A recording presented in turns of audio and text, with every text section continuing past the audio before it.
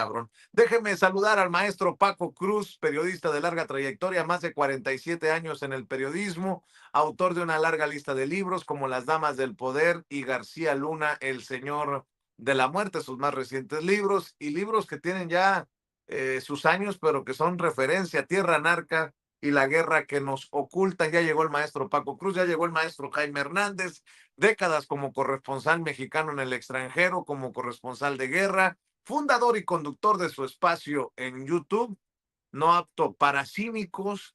Ahí lo espera de 1 a 3 el maestro Jaime Hernández con Hildy y los perritos que quieren a la perrita de Trump, como Yago Batusay.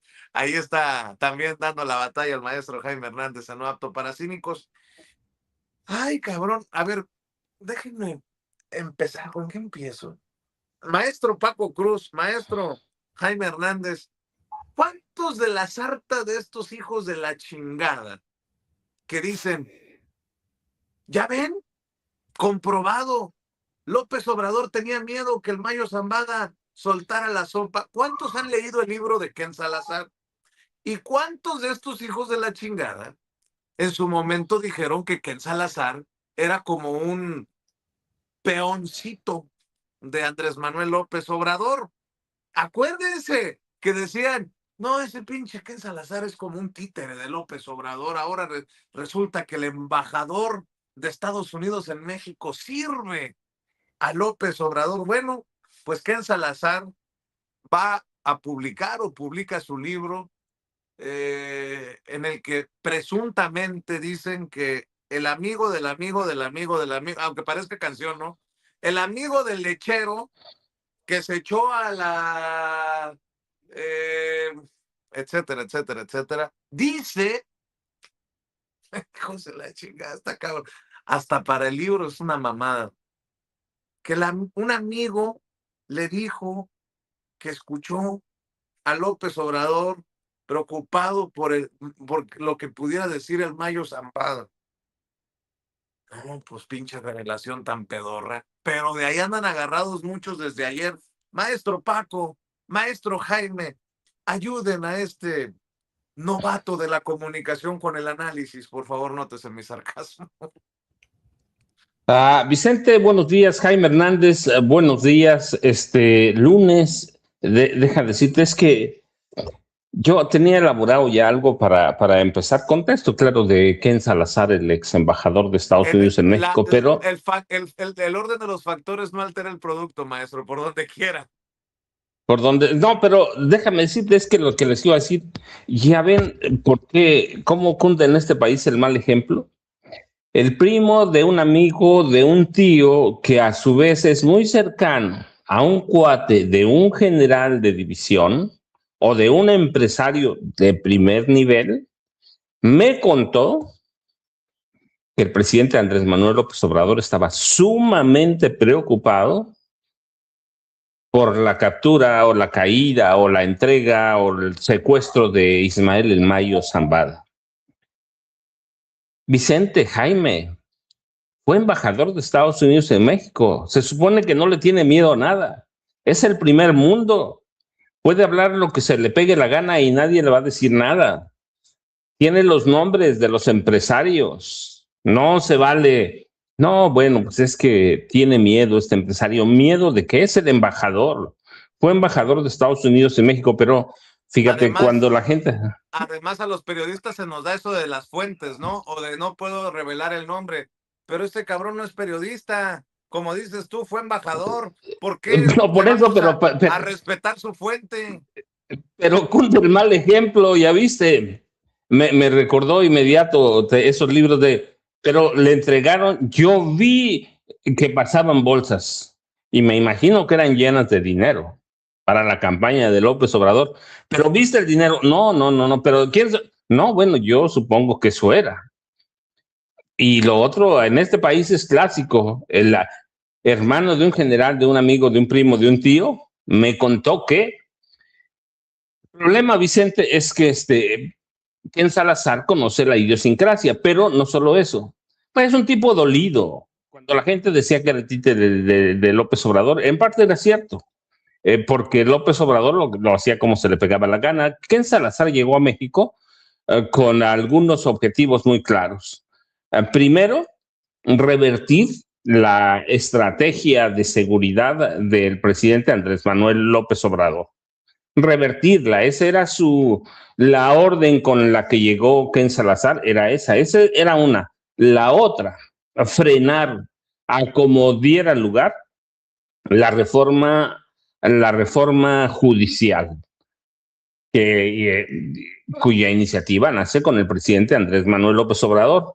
La otra, evitar que el gobierno y del presidente López Obrador propusiera cambios para revertir la política, la ley energética, y que ésta se incluyera en el Tratado México, Estados Unidos, Canadá, el tratado comercial. Eso, él llega con esos. Y el otro que es bien, bien importante, él llegó con una encomienda del gobierno de Estados Unidos o de la Casa Blanca, que el presidente López Obrador revirtiera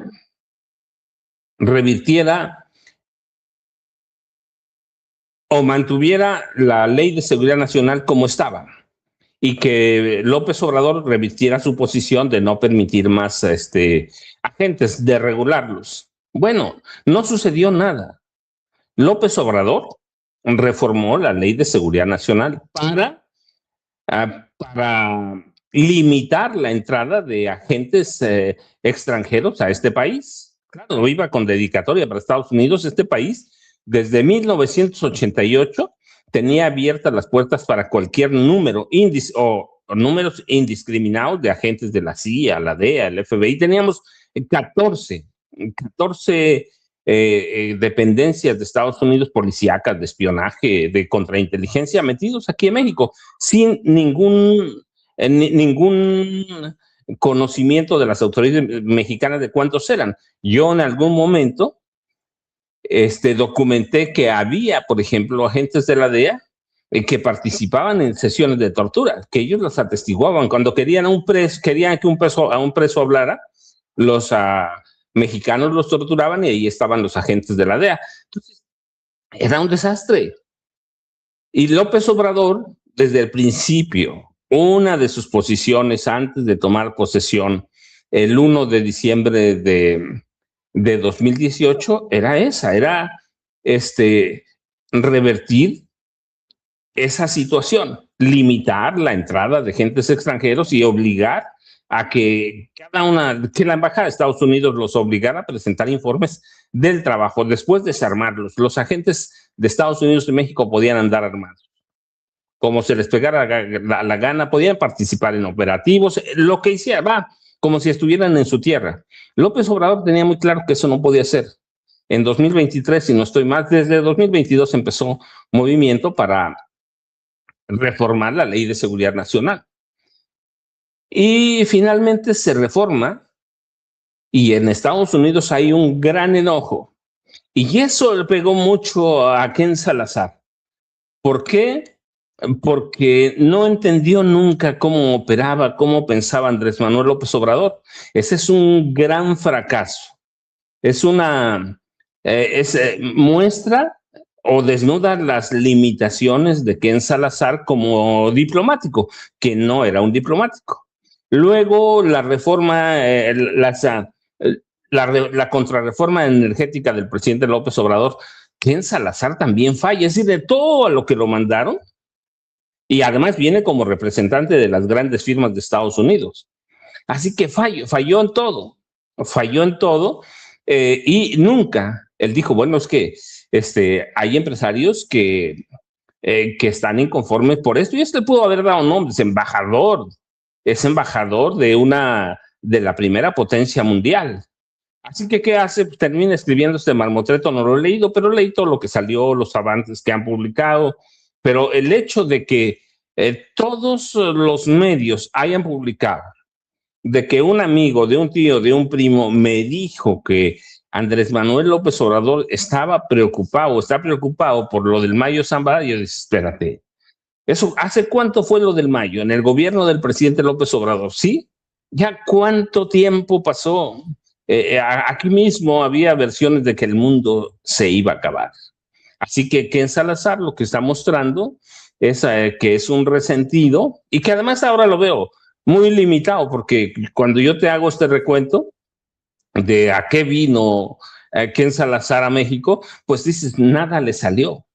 Oye, Y López Obrador, como hizo lo que él quería en su política con Estados Unidos, redefinirla. Y la redefinió. Y Ken Salazar no pudo hacer nada, era como un embajador de juguete allí, porque el presidente López Obrador y verdaderamente tenía una agenda propia, además tenía todo el apoyo de México. Así que hoy que de ayer que estaba leyendo eso, lo leí ayer, yo decía, fíjate por resentido, y estaba haciendo esto que le estoy leyendo, no es de ahora. Yo le decía, yo tenía ya un guión muy hecho para entrar con este tema y era esto. Sí, pero cuando tú ves un primo, no hay una fuente sólida, no hay nada, solo por decir, es que era el embajador de Estados Unidos en México.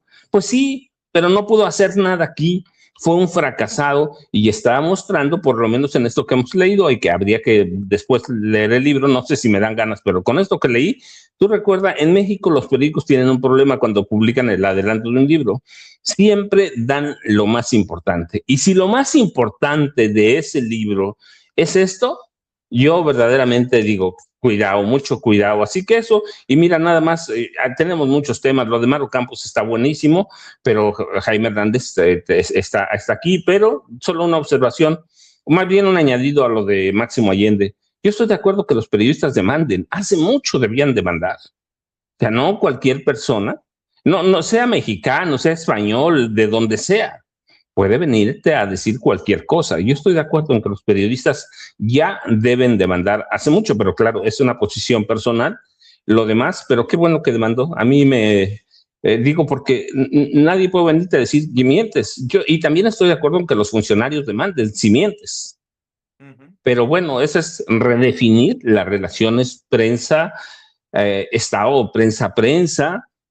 Así que qué bueno que lo hice, pero buenos días, Jaime Hernández.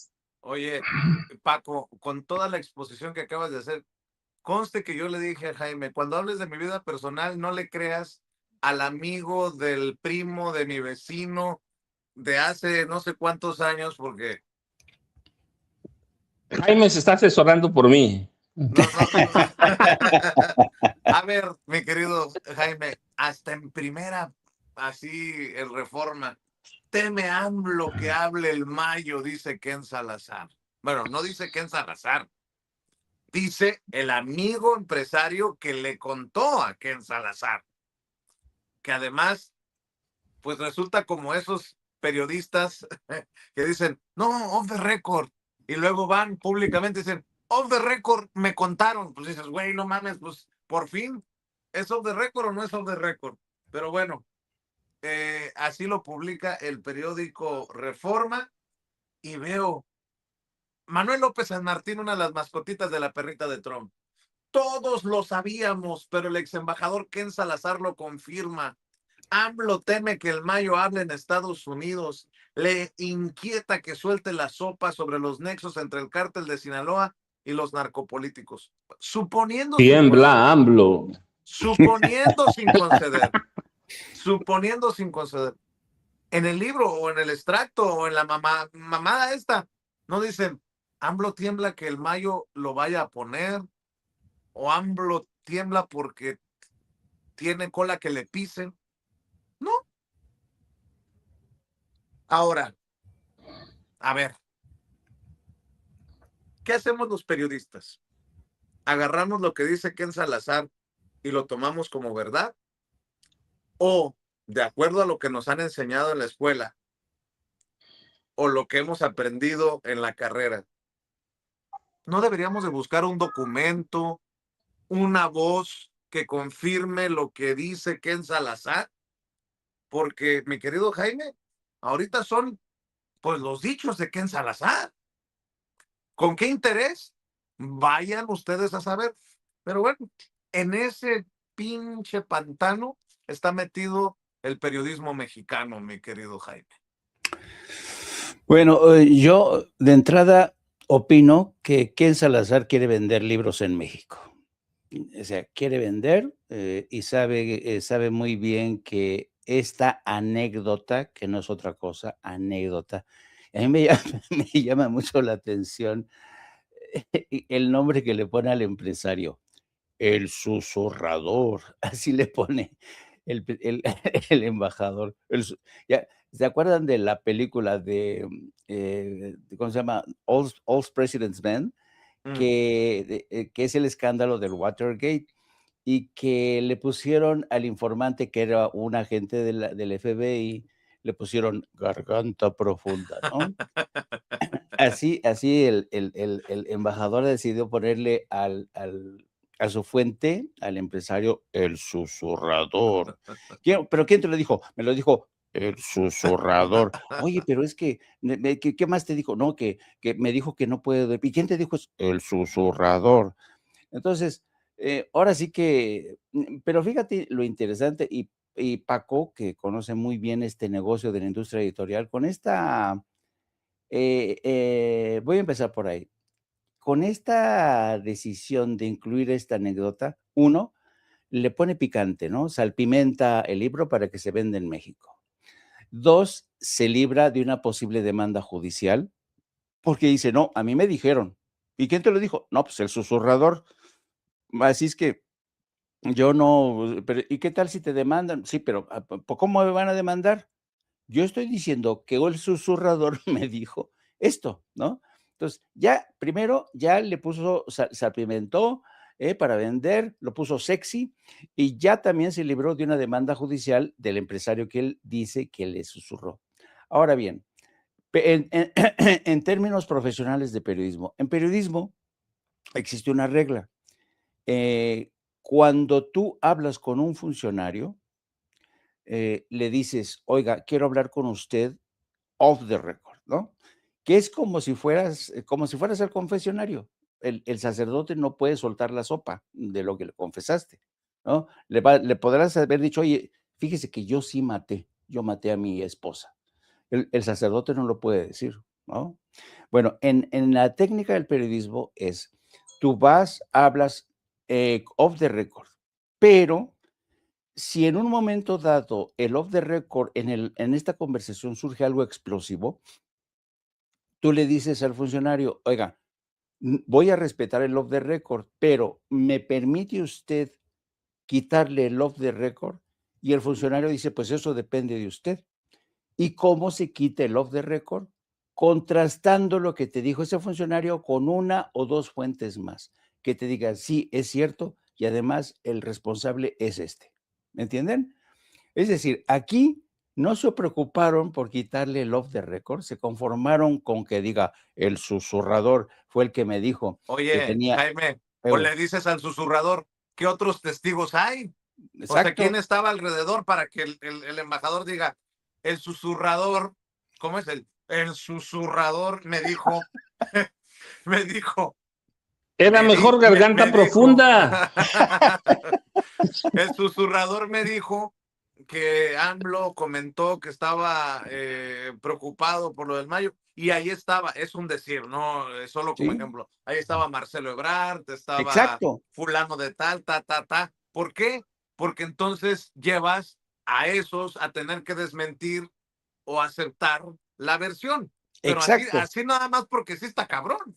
Sí, y así se quita el off the record con la autorización de la persona entrevistada y ya, pues eso es ya un trabajo de un profesional, si se entiende, bueno, porque yo puedo decirte esta mañana que a mí me dijeron que por todas las noches entra a la casa del maestro Paco Cruz 2 mujeres, y entonces, y salen hasta la mañana siguiente. Y entonces, pues, chinga, pero ¡Mentira! ¡Mentira! no, Son tres, Jaime, te engañaron, son tres. pero entonces yo puedo decir, me lo dijo el susurrador, chingao, ¿cómo voy a poner en tela de juicio lo que me dijo el susurrador? No, Oye, no, pero hay algo también de verdad en esto que cuenta el maestro Paco, hay algo de vendetta, ¿no? Porque acuérdense bien, cuando llega Ken Salazar, su objetivo era convertirse algo así como en el mejor amigo de Andrés Manuel, ¿no? Porque, pues, ya le habían advertido, ojo, Andrés Manuel es así, asado. Entonces, Ken Salazar, y además, ¿por qué no decirlo? Yo creo que a Ken Salazar le cautivó la personalidad de Andrés Manuel, Andrés Manuel era una estrella, es una estrella. Entonces se acercó, y ahí viene la derecha y dicen, no, este no es embajador, es un aliado, ¿cómo es posible que no? Y entonces, ¿dónde comienzan los problemas? Comienzan los problemas cuando viene la reforma judicial. Y entonces, cuando viene la reforma judicial, acuérdense bien, hay un primer pronunciamiento de Ken Salazar que dice, no, pues ese es asunto de México. Pero luego le jalan las orejas desde el Departamento de Estado y amigos corporativistas que le dicen, ¿cómo dices que eso es asunto de México? Tenemos inversiones en México. Ujú. Le jalan de las orejas y entonces cambia de actitud que es Salazar y empieza a criticar al gobierno. Esto es una amenaza para las inversiones de Estados Unidos. Aquí se van a ir mucha gente, el capital va a empezar a emigrar. Y luego, pero lo más gordo, precisamente viene con la captura del Mayo Zambada. Y entonces es ahí cuando López Obrador se encabrona. Y entonces marginan a Ken Salazar. Porque, y López Obrador, que no era ambiguo, era derecho. Tú, Andrés Manuel López Obrador, cuando te dice algo, te lo suelta, te lo dice de frente. Y entonces empezamos a ver estos ejercicios de contorsionismo de Ken Salazar, que primero llegó siendo amigo y ahora empieza a defender a las agencias de inteligencia de su país diciendo que no, nosotros no fuimos, fueron los mexicanos, fueron los capos los que se llevaron. Y evidentemente, y esto a mí me lo contaron gentes que supieron de ese operativo, evidentemente Ken Salazar no iba a reconocer nunca que un piloto, posiblemente de la CIA, había llevado la avioneta porque ese piloto era el único que podía entrar en el espacio aéreo de Estados Unidos sin ser retenido, atacado. Aterrizó en este aeropuerto y entregan. Esto ya estaba pactado con el Departamento de Justicia de Estados Unidos. Y Ken Salazar hizo hasta lo imposible para negar que Estados Unidos hubiera tenido algo que ver. ¿Por qué? Porque sabía que con este acto, realizado a espaldas del gobierno de México, era un acto de injerencismo y López Obrador nunca se lo perdonó esto, ni Claudia Sheinbaum. Y desde entonces lo metieron en el congelador. De entonces, por eso, Ken Salazar ahora viene con este rollo de que es que el susurrador me dijo que, bueno, pero eso es solamente, yo insisto que esta es una anécdota, subrayo de todo el libro. Porque el libro, al cual yo no he leído, pero he leído el extracto, el libro sale el 28 de julio, el libro, que ha habido algunos adelantos en algunos medios de Estados Unidos, el foco central del libro es el tema de la migración, el tema de las relaciones Estados Unidos-México, el tema en donde Ken Salazar acusa tanto a demócratas como republicanos de haber sido incapaces de reformar de impulsar una reforma migratoria que dé fin a este ambiente de persecución, cacería, segregación política, económica y social. Básicamente es un libro que busca, el propio título lo dice, Borderlands, es un tema que habla de las relaciones entre Estados Unidos, las complejas relaciones entre Estados Unidos y México, pero acusa a Donald Trump de ser un inepto, de ser un incompetente, pero claro, aquí en México eso les importa un carajo, que fíjate, les importa más la anécdota en la que habla del susurrador diciendo que le dijo que, les importa más ese puto chisme que el contenido, el núcleo del libro, que es la reforma migratoria que ha sido pospuesta tanto por demócratas como republicanos y que afecta a la vida de más de 11 millones de ciudadanos de origen mexicano, para que veas cómo están las cosas, ¿no? Entonces, yo creo que evidentemente esto, vamos a seguir pateando el bote de esto, no, ¿y quién es el susurrador? Va a haber especulaciones, pero ¿quién coño es ese susurrador? No, pues Carlos Slim. ¿quién más puede ser? O fulanito de tal, ¿no? Pero, ¿y tú crees que López Obrador, siendo tan zorruno como es, tan experimentado, le va a decir a un empresario: "Ay, no, estoy bien preocupado, no puedo dormir"? ¿Por qué? ¿Por qué, Andrés Manuel? No, es que, pues, híjole, es que va a soltar la sopa el Mayo Zambada, va a soltar la sopa y me preocupa, pues, a lo mejor me termina mencionando a mí, estoy bien preocupado, no puedo dormir, Claudia tampoco puede dormir. ¿Tú crees que López Obrador es tan ingenuo, tan idiota? Pues no, no, francamente. Pero insisto, Ken Salazar quiere vender libros y agitar la gallera, porque miren ya lo que causó, ¿eh? No, el susurrador me dijo que sabe qué. A partir de ahora, todos los chismes que tengan que ver con los amoríos de Vicente Serrano o las visitas nocturnas a la residencia del maestro Paco Cruz, a lo mejor puede decir, el susurrador me lo dijo. Así es. Que nos lo cuente el susurrador. Pues dicen que el susurrador amaneció zurrado por cuando, o sea, pues, del susto, porque dice, güey, yo se lo dije off the record a Ken Salazar y hasta lo publicó en un pinche libro. Pero bueno, a ver, híjole, es que hay mucha carnita para iniciar la semana. Maru Campos, tenemos. Bueno, antes de escuchar tu opinión sobre Maru Campos, esto es lo que responde al video ese de una sarta de barbaridades que las pintan del cuerpo entero a Maru Campos como cínica. Me refiero a la gobernadora panista de Chihuahua. Andrea Chávez nuevamente le pone su repasada. La senadora con licencia, Andrea Chávez, que no es secreto, quiere ser gobernadora de Chihuahua por Morena. Así se expresa de Maru Campos. Le pone también sus adjetivos la querida Andrea Chávez. Dice Andrea Chávez, la fanfarronería y el cinismo de la gobernadora Campos es una estrategia. Ojo con esto. Vamos a ver y escuchar. Cinismo, la hipocresía y la doble moral de la gobernadora de Chihuahua, María Eugenia Campos, han alcanzado niveles nunca antes vistos. Yo con gusto le respondo punto por punto, porque en el estado de Chihuahua no nos gusta eso de andar con rodeos ni toleramos las mentiras. Una pena que a punto de terminar su mandato vuelva usted a demostrar lo poco que conoce a nuestra tierra y a nuestra gente que habla de frente. ¿Quiere hablar de impunidad, de verdad? La que faltó al citatorio de la Fiscalía General de la República tras el escándalo de los agentes extranjeros en territorio chihuahuense. La que llegó al poder con órdenes de aprehensión en activo. La que se escuda en su fuero para no enfrentar a la justicia. La que provocó que Chihuahua sea uno de los estados más violentos del país. ¿Quiere hablar de narcogobierno? ¿Qué nos dice de su subsecretario de Seguridad, acusado desde los Estados Unidos de lavarle dinero a uno de los cárteles más grandes de México? ¿Quiere hablar de silencio?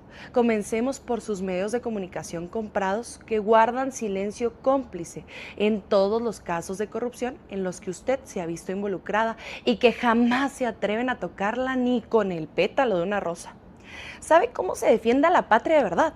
No permitiendo la intromisión extranjera, no ausentándose de su trabajo por semanas, atendiendo a las mesas de seguridad que se realizan en su oficina todas las mañanas, poniendo orden en nuestro estado, que comparte la mayor extensión fronteriza con el país vecino.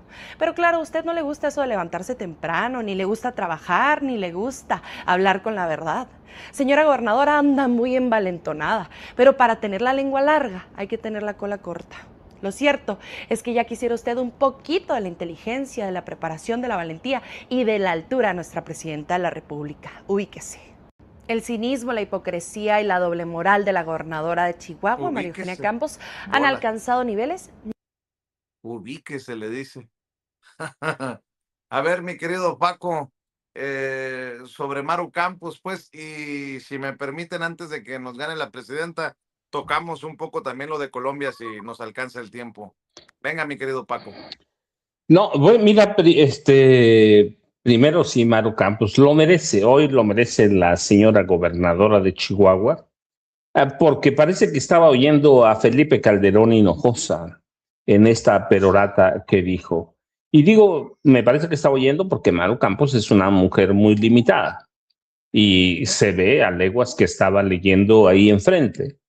Maru Campos es una mujer limitada que tiene las manos metidas en corrupción, pero a lo grande, empezando por la nómina secreta de Javier Duarte Jaques, malos manejos cuando fue presidenta municipal de Chihuahua, su mansión dorada ahora está llena de cuestiones de corrupción, abiertamente de corrupción, y tiene miedo si Andrea Chávez llega a la gubernatura de Chihuahua, ella va a terminar en la cárcel, eso es claro.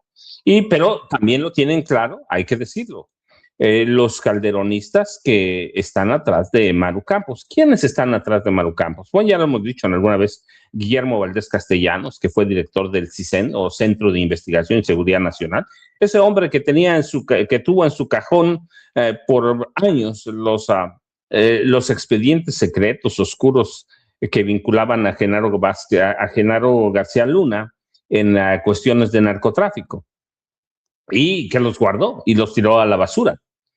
Ese hombre que escribió un libro sobre narcotráfico y le agradece a Genaro García Luna las aportaciones al libro, imagínense, está atrás de él Arturo Sarucán. ¿Recuerdan a aquel hombre que fue el embajador de México en Estados Unidos en la administración de Felipe Calderón Hinojosa?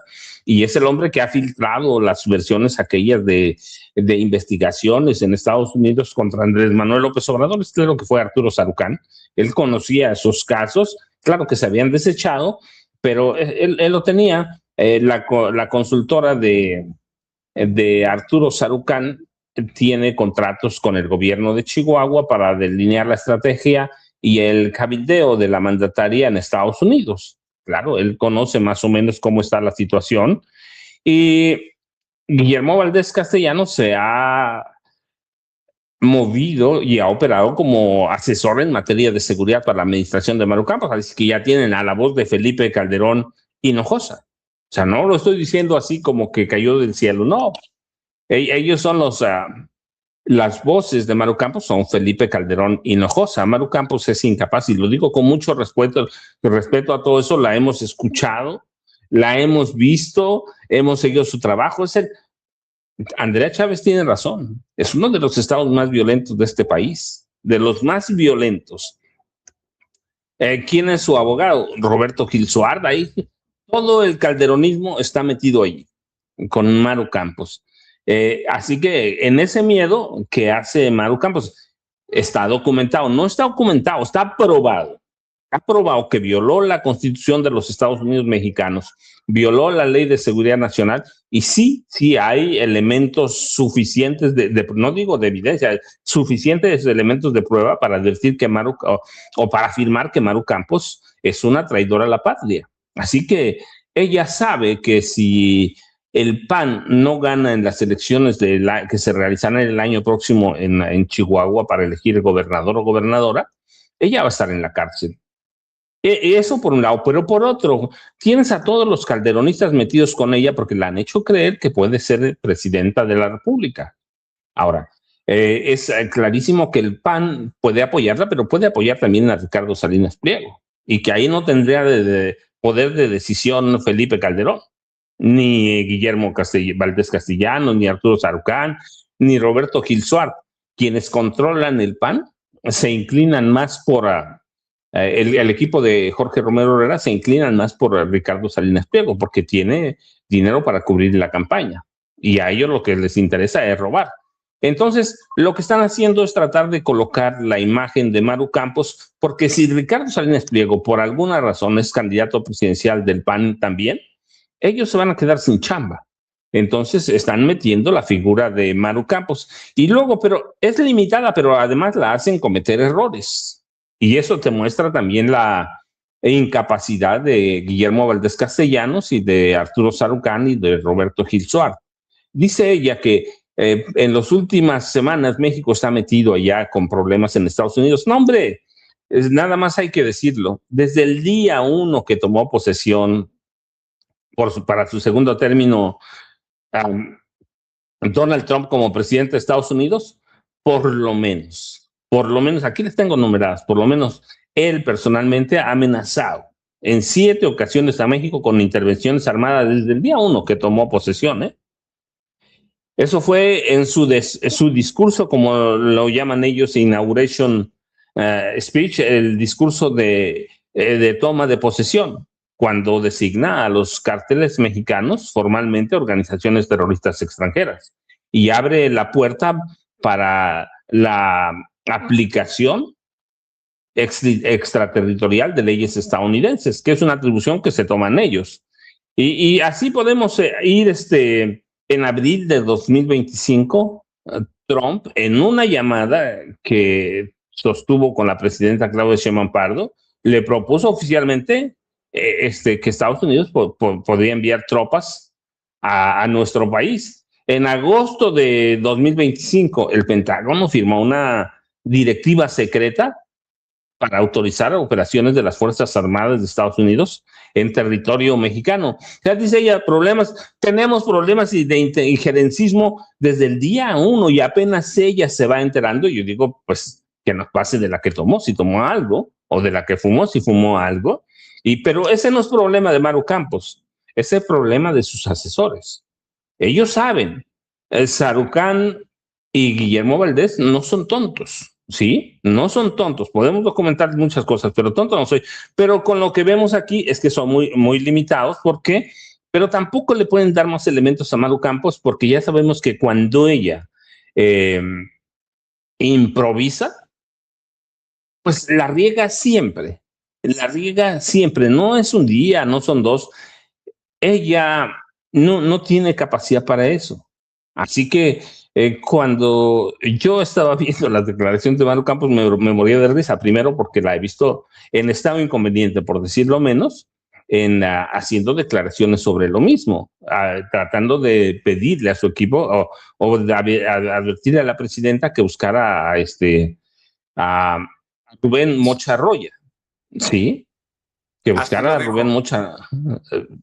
Bueno, no lo así. Entonces, yo digo, es una mujer muy limitada, pero hay que entenderlo en el contexto de que atrás de ella está todo el calderonismo, ya te decía los nombres principales, pero también Ernesto Cordero está con ella. O sea, ahí tienes al calderonismo pleno, duro, se les fue su carta fuerte, que era Francisco Javier García Cabeza de Vaca, se les escapó, es un hombre que anda a salto de mata, a estar refugiado en Estados Unidos. ¿A quién les queda? Maru Campos. Maru Campos, que es una mujer con problemas de corrupción gravísimos, pero también hay que añadirle, Maru Campos está asustada y cualquiera que sea el candidato de Morena, si es Andrea Chávez, le va a ganar porque es una mujer que es muy superior, porque ha hecho trabajo de campo, pero si es Pérez Cuellar, también le da una bailada. Entonces los panistas están asustados. Y tercero, si el PAN pierde las elecciones como debe perderlas el año próximo, se van a quedar sin recursos para la campaña y para robar también, ¿va? Así que hay que entender a Maru Campos en todo ese contexto y de quiénes están atrás de ella, Vicente y Jaime. Así es. Estaba viendo sobre el tema de Colombia, Paco, Jaime. La BBC, el estrecho vínculo de Abelardo de la Espriella con Estados Unidos y las dudas que despierta que un estadounidense sea el presidente de Colombia. Por cierto, están muy cerrados los conteos. Sí mantiene una ventaja de la Espriella, hay que decirlo. Creo que no es o no debería de ser Estados Unidos el que determine quién es el ganador, aunque Marco Rubio, el secretario de Estado, ya lo declara ganador. Dice de la Espriella que ya habló con Donald Trump. Mientras Cepeda dice que han impugnado más de 33,000 casillas. Pero si me permiten, para mí, la mano de Estados Unidos se nota cuando es la propia María Elvira Salazar la que publica este video. María Elvira Salazar, legisladora republicana, cercana a la visión de Donald Trump, la que publica, es su video número 13, Ceci, la que publica en redes sociales este video. Escuchen. Congresista federal del Distrito 27, donde hay cientos de miles de colombianos que yo represento, muchas de esas personas tienen familias en Colombia. Y esa es la razón por la cual estoy aquí. Todos queremos a Colombia y queremos que haya una Colombia próspera, una Colombia que esté llena de oportunidades. Y la única persona entre dos candidatos, solamente hay dos. Si estuviera Jesucristo, entonces habláramos de Jesucristo. Pero solamente hay dos candidatos, del Espriella y Cepeda. Sabemos muy bien que el Cepeda va a ser Petro número 2. Por eso estamos con Del Espriella. Porque yo sé muy bien de que el colombiano común y corriente, que no quiere irse del país para tener un mejor progreso, que quiere que sus hijos tengan una buena educación, él tener un buen trabajo, poder comer 3 veces al día, necesita la cercanía con los Estados Unidos. Y necesita que los Estados Unidos, sobre todo la Casa Blanca, que ya le dio un espaldarazo a Del Espriella, haya comercio, haya una buena relación, que Colombia no tenga que exportar. No lo digo yo, lo dijo María Elvira Salazar. La Casa Blanca ya le dio el espaldarazo al de ultraderecha. Y luego Del Espriella ayer dice, ya hablé con Donald Trump. Es su video número 10, sí. Este personaje, ciudadano estadounidense, que si me apuran tantito, está a punto de convertirse en el presidente electo de Colombia. Vean y escuchen. Unos pocos minutos con el presidente de los Estados Unidos, el presidente Donald Trump, y ha manifestado su apoyo, su reconocimiento a nuestra victoria. Lo propio han hecho otros presidentes del mundo. Se acaba de comunicar conmigo el jefe de gabinete de la presidenta Giorgia Meloni, y todas las democracias del mundo están reconociendo este triunfo. Nosotros tenemos que defenderlo y así será, porque el pueblo colombiano, la manada, se pronunció y derrotamos al régimen, a los de siempre, al establecimiento, contra todo pronóstico, contra toda la ilegalidad, contra el voto fusil, contra los contratos que salieron para financiar la campaña de Cepeda. Aquí estamos, el vicepresidente electo y el presidente electo de la República, para hacer que se respete, con el apoyo de la comunidad internacional y la fuerza pública, la voluntad popular. El mensaje es de unión para rescatar entre todos el país, pero de respeto absoluto por el voto de cerca de 13 millones de colombianos que dijeron sí a la propuesta de la Patria Milagro que presentamos José Manuel Restrepo y yo. Presidente. Hace unos pocos minutos con el presidente de los Estados Unidos, el presidente Donald Trump. Bueno, y ha manifestado su apoyo. Pues ahí están las declaraciones de Abelardo Del Espriella, que ya papá Trump le dijo que había ganado, ¿no? Aunque al final todavía no está definido. Por ahí también tenemos las declaraciones de Cepeda, no sé si debemos de tener por ahí algunas declaraciones del candidato de izquierda Iván Cepeda, su video número 14. Échelo, Ceci. Colombiana es perfectamente posible y está plenamente vigente hoy en Colombia.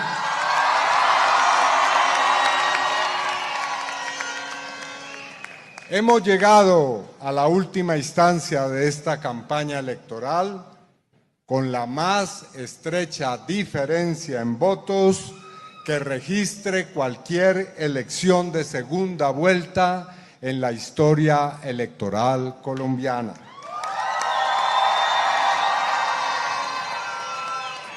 Lo hemos afirmado, el pacto histórico y la alianza por la vida, todas y todos nuestros dirigentes somos demócratas.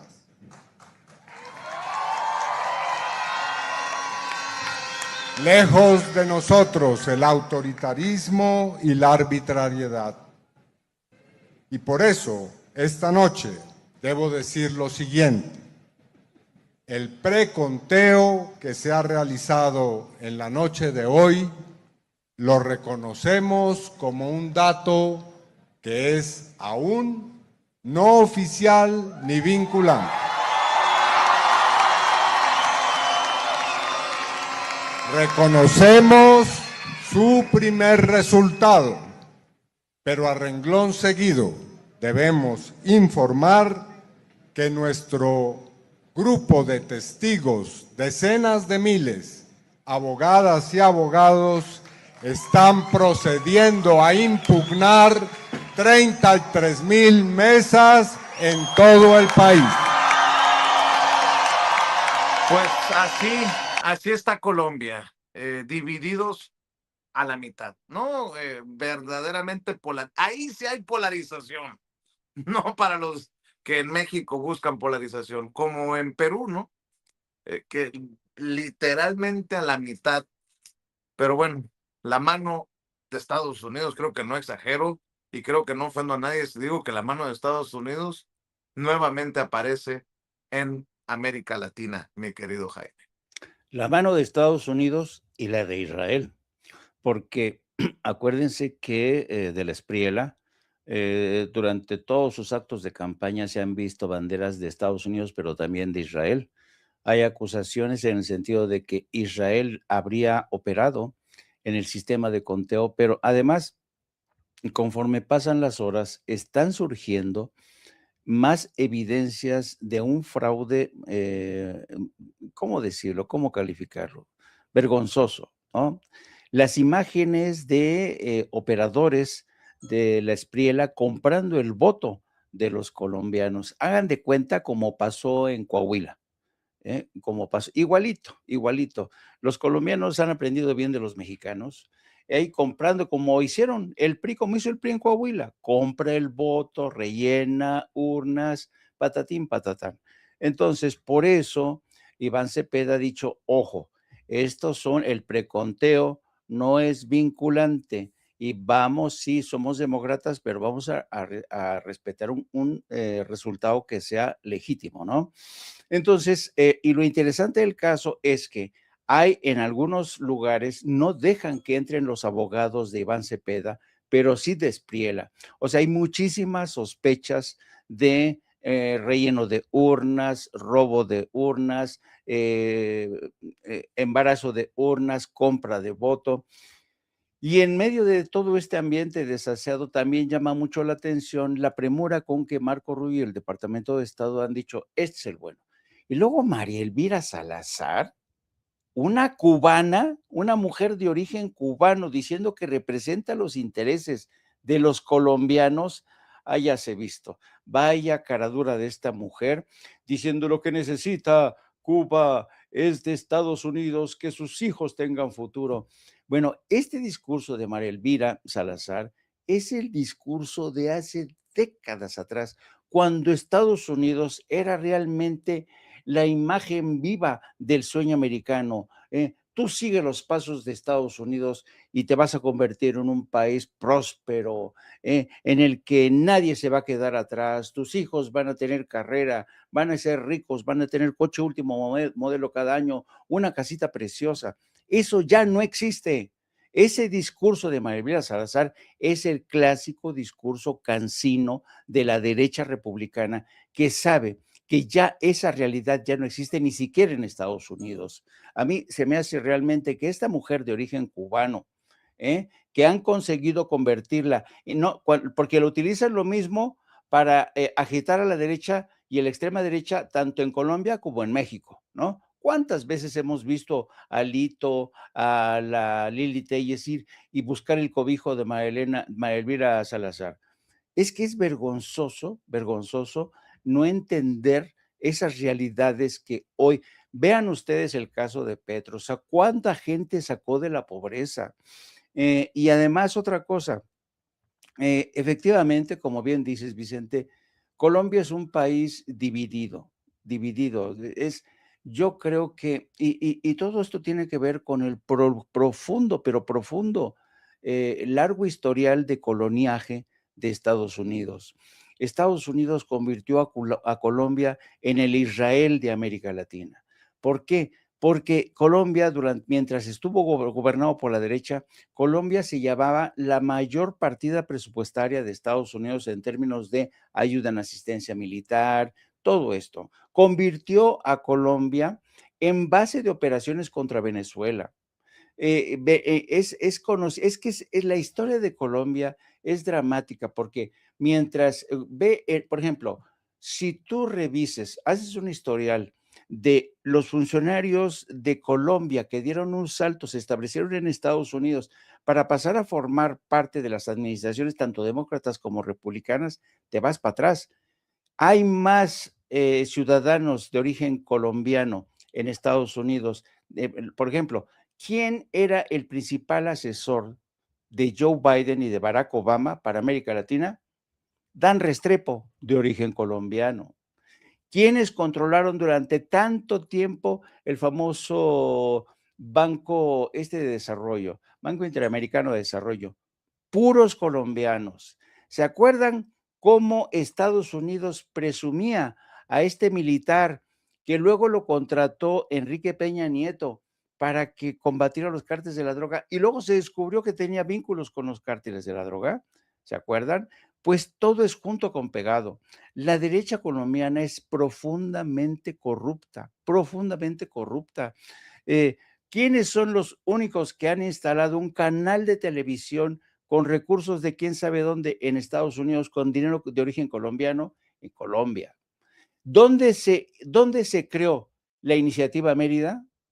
En Colombia, donde fue el Plan Colombia, y esto lo sabe muy bien Paco, que estuvo como corresponsal en Colombia. El Plan Colombia fue el laboratorio de pruebas para crear la iniciativa Mérida. Colombia fue el laboratorio de pruebas de Estados Unidos. Colombia fue el equivalente de Israel en América Latina. Y Estados Unidos no se resiste, no se quiere recuperar ese territorio de Colombia para convertirlo de nueva cuenta en su pica de Flandes en Latinoamérica, para estar vigilando Venezuela, para estar conteniendo el avance de la izquierda. Pero ¿saben qué? Yo creo que esto va a terminar mal, va a terminar muy mal, porque Colombia es un país marcado por guerras fratricidas, el desplazamiento de gentes es brutal. Hay mucha gente que sigue en calidad de desplazada. El maltrato de los medios de comunicación que sufrieron durante la época de la guerra de los cárteles de la droga, en la presencia predominante de la DEA, que fue la que finalmente ejecutó a Pablo Escobar, el papel de la CIA. Es decir, Colombia se convirtió literalmente en una colonia más de Estados Unidos. Y fíjate que lo interesante del caso es que en Colombia toda la gente de derecha pasa un poco como el fenómeno de la derecha mexicana. Se presumen de tener su casita en Texas, de su casita en Florida, su casita en Virginia. Así es la derecha colombiana. Al final del día, los colombianos que dicen que luchan por su país terminan viviendo en Estados Unidos o en España, porque así es la derecha de traidora a su país. Así es que yo espero que que la sangre no llegue al río, espero que la izquierda defienda su triunfo, van a exigir el conteo, van a exigir la revisión, como lo acaba de anunciar Iván Cepeda, pero esto tiene muy mala pinta. Si Estados Unidos insiste en imponer a la derecha, gobiernos de derecha, va a acabar como ocurrió en Bolivia, está ocurriendo en Bolivia, o como está ocurriendo en Perú. Estados Unidos no entiende que ya son otros tiempos, ya no es tan fácil gobernar a la distancia imponiendo un monigote. Las imágenes de ayer del señor de la Espriela paseándose para asegurar su victoria entre sus incondicionales en una especie de cabina, así como en la que lleva el Papa, blindada. Eso te da la medida de la precariedad, del miedo que tiene de la Espriela de sufrir un atentado. Eso realmente es un mal augurio para Colombia, que el candidato vencedor, en lugar de estar ungido por las masas, tenga que pasear en una caseta blindada. Eso para mí tiene muy mala pinta, y Estados Unidos ya tendría que haber aprendido que la intervención, la injerencia, y en este caso también Israel, porque la aparición continua de banderas de Israel en los actos de campaña de la Espriela dicen mucho de lo que ha ocurrido en ese país. Así es, no se le olvide a la 1 de la tarde para que se conecte con el maestro Jaime Hernández en No Apto para Cínicos. Ahí lo espera el maestro, ahí lo espera Hildy, periodista, ella también, compañera de vida del querido Jaime. para seguir con la cobertura. 1:00 p.m, no apto para cínicos, no se le vaya a olvidar, para que apoye con los likes en la transmisión en vivo y en directo, para que apoye con las suscripciones, para que crezca el canal. Y obviamente le pido el respaldo económico también ahí con el maestro Jaime Hernández, con los superchats. A las 5:00 p.m, después de No Apto para Cínicos, a las 5:00 p.m, conéctese con el maestro Paco Cruz en las videocharlas cruzadas en los canales de Julio Astillero. Por favor, que amor con amor se pague. Lo digo, mi querido Paco, por si nos gana la presidenta, y voy contigo. Por cierto, acabo de ver de los amigos de Sin Embargo, Sarucán. ¿Te acuerdas de Sarucán, no? El ex embajador de México en Estados Unidos, calderonista precisamente. Fue el hombre de Calderón. Estaba viendo que están destapando cuánto los cobros de Sarucán, y me están mandando una investigación que déjame ver si la publicamos, que también es sobre el entramado corrupto en torno a Maru Campos. Mi querido Paco, ¿con qué quieres cerrar tú, maestro? Con eso, Vicente, Maru Campos es el calderonismo. Bueno, justamente con eso abrimos. Entonces hay que tener mucho cuidado con Maru Campos. ¿Por qué? Pues es hacia donde va a ir Felipe Calderón Hinojosa y todo su equipo. Y el otro con Coahuila, Colombia y Argentina. Cuidado con los sistemas electorales. Oye, Paco, la Mossad y la CIA, sí. Por cierto, las elecciones en Colombia fueron buenas. ¿Quién lo dice? Alito Moreno, observador internacional. ¿Quién lo dice? Mariana Gómez del Campo, la sobrina de Calderón. No, pues ahí te la dejo de tarea. Es la derecha, toda la derecha, pero hay que tener cuidado. La Mossad o los servicios de inteligencia de Israel, la CIA, tienen capacidad para alterar los sistemas tecnológicos. Y nosotros debemos prepararnos en el 27 y debemos prepararnos para el 2030. Ahí estaba leyendo a los colombianos evidencias de que los israelíes le metieron mano al sistema de conteo de votos, y ahí está el fraude escandaloso. Bueno, en Coahuila lo vimos, el PRI no pudo haberlo hecho solo, pero son fraudes tecnológicos, digitales, cibernéticos, como quieran llamarle, pero hay que tener mucho cuidado porque metieron mucho la mano en Colombia y metieron la mano en Coahuila, y lo van a querer meter en el 27 y en el 2030. Vicente y Jaime y yo, ya saben, @Paco Cruz Jiménez en X, antes Twitter, Francisco Cruz Jiménez en Facebook, y a las 5:00 p.m. en las videocharlas cruzadas, pero para que se despida el maestro Jaime. Jaime, ya no le hagas caso al susurrador. Oye, ¿qué dice desde Colombia Juan Carlos Monedero? Vamos a ver y escuchar, porque está candente lo de Colombia, como no le hemos dado tampoco seguimiento puntual a lo de Perú. Está cabroncísimo, y la derecha operando en América Latina. A ver, vamos a ver, Ceci. Acabamos de salir de escuchar a Iván Cepeda, que junto con Aida Quilcue pues han hecho la valoración del resultado electoral. Hay varias cosas que creo que están muy claras. Una es que todavía no hay un ganador, el preconteo, que es algo indicativo, pero que no es, según la propia legislación electoral colombiana, quien decide quién ha ganado las elecciones. Tiene que haber un escrutinio, tiene que haber una evaluación de ni más ni menos que 33.000 mesas sobre las cuales hay impugnaciones. Y además está el precedente de 2022, donde ni más ni menos que 500.000 votos fueron impugnados y cambiaron de bando y fueron al final para la izquierda.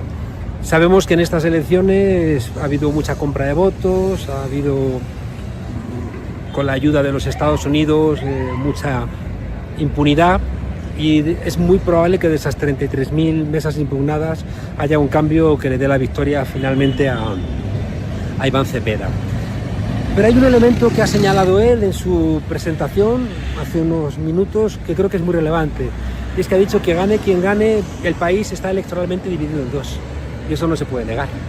Es verdad que el bloque de Abelardo de la Espriella es un bloque que no es compacto, es un bloque integrado por gente engañada, por voto comprado, por gente de la extrema derecha, por gente con miedo, por gente que ha creído las promesas y que, bueno, le puede permitir a los Abelardo de la Espriella ganar elecciones, pero no les permite gobernar.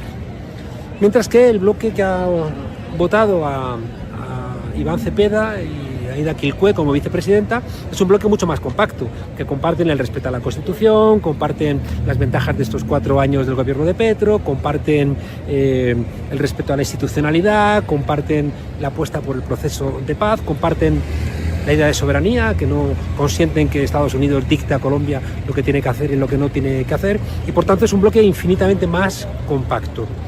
Y ya digo, lo único que podría unificar al bloque de la Espriella es la violencia. Y creo que es muy inteligente Iván Cepeda cuando ha llamado al diálogo. Allá donde Abelardo de la Espriella manda a destripar a los adversarios, el discurso de Iván Cepeda ha sido: vamos a dialogar, porque el país lo tenemos dividido electoralmente y tenemos que llegar a grandes acuerdos respetando los derechos de las mayorías, respetando las reglas de juego y buscando un contrato social donde Colombia pueda seguir avanzando, sacando gente de la pobreza, siendo un referente mundial en la defensa de la paz, frente al genocidio en Gaza, un referente en la defensa de la lucha, de la defensa del medio ambiente y la lucha contra el calentamiento global. Bueno, pues una Colombia de la cual los colombianos están hoy orgullosos y América Latina mira también con mucho respeto. Por tanto, ya digo, todo abierto, esperemos a qué dice el escrutinio, seamos conscientes de que serán los jueces quienes digan quién ha ganado y sobre todo que gane quien gane, tiene que empezar una etapa de diálogo donde los que invitan, ya digo, a destripar a los demás no debieran tener una enorme cabida, y quizá ese rabo de paja que tiene Abelardo de la Espriella, que no hay que descartar, ¿no?, que su amigo norteamericano terminen reclamándole, aunque su relación personal con Marco Rubio hace eso más complicado, pero en cualquier caso, si Abelardo de la Espriella se convierte en un problema, no me extrañaría que los uribistas lo quitaran de juego y colocaran al vicepresidente, con el cual seguramente sería más sencillo poder hablar las grandes necesidades del país. Mi querido Paco, mi querido Jaime, pues a ver qué pasa, porque si se revisan estas mesas y llega a moverse la balanza para Cepeda, espera los gritos de fraude de la derecha internacional. Y por ahí me apuras tantito las amenazas de Trump y de Marco Rubio. Así que, sobre aviso, no hay engaño en un país dividido a la mitad electoralmente. Y para el 2027 y 2030, ojalá que en México también entendamos la importancia del voto desde el extranjero, de los mexicanos en el extranjero. Ha sido un voto importante en Colombia y ha sido un voto decisivo en Perú. Y si no nos ponemos las pinches pilas en México con el tema del voto en el exterior y los candados y todo lo que signifique, aguas, aguas, aguas, aguas. Ya llegó el perrito de la perrita de Trump. Ya te vi. Mira, es Lola. Ya vino aquí a acompañarme un momento.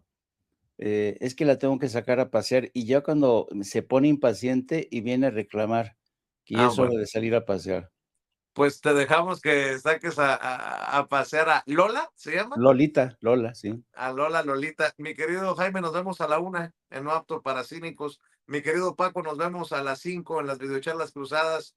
Muchas gracias, maestros. Y a usted que nos está viendo y escuchando, antes de que llegue la presidenta, dele clic al dedito hacia arriba, dele clic al pulgar hacia arriba. Son los likes que necesitamos. Likes, likes, likes, lluvia de likes. Aunque los números otra vez están estancados. Los números de likes y los números de personas conectadas, válgame Dios, pues ¿qué nos está pasando?